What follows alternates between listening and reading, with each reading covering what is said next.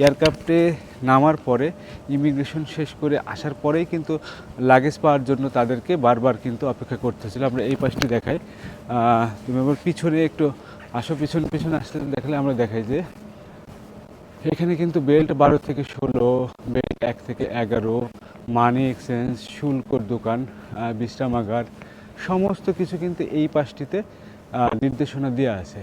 So এই সমস্ত কিছু রেডি, এখন শুধু অপেক্ষা এটির ব্যবহারের। আপনি যেমন আগ্রহ নিয়ে বসে আছেন, আমিও কিন্তু সত্যি কথা আগ্রহ নিয়ে বসে আছি যে কখন এই তৃতীয় টার্মিনাল ব্যবহার করে একেবারে মনে হবে যে আমি বিদেশের কোনো এয়ারপোর্ট ব্যবহার করছি। সেই সুযোগটি আমিও চাচ্ছি। দোয়া করেন যেন খুব দ্রুত সময়ের মধ্যে এটি উদ্বোধন হয়। কারোর কোনো কমতি নেই, কোনো একটা জায়গায় কিছু ঘাটতি ছিল, সেই ঘাটতিগুলো হয়তো বিগত সরকার ঠিকমতো করে যেতে পারে নাই। নতুন সরকার এসে তারাও হয়তো সেই যে ঘাটতিটি সেটি পূরণ করে দ্রুত সময়ের মধ্যে এটি উদ্বোধন করতে পারছে না।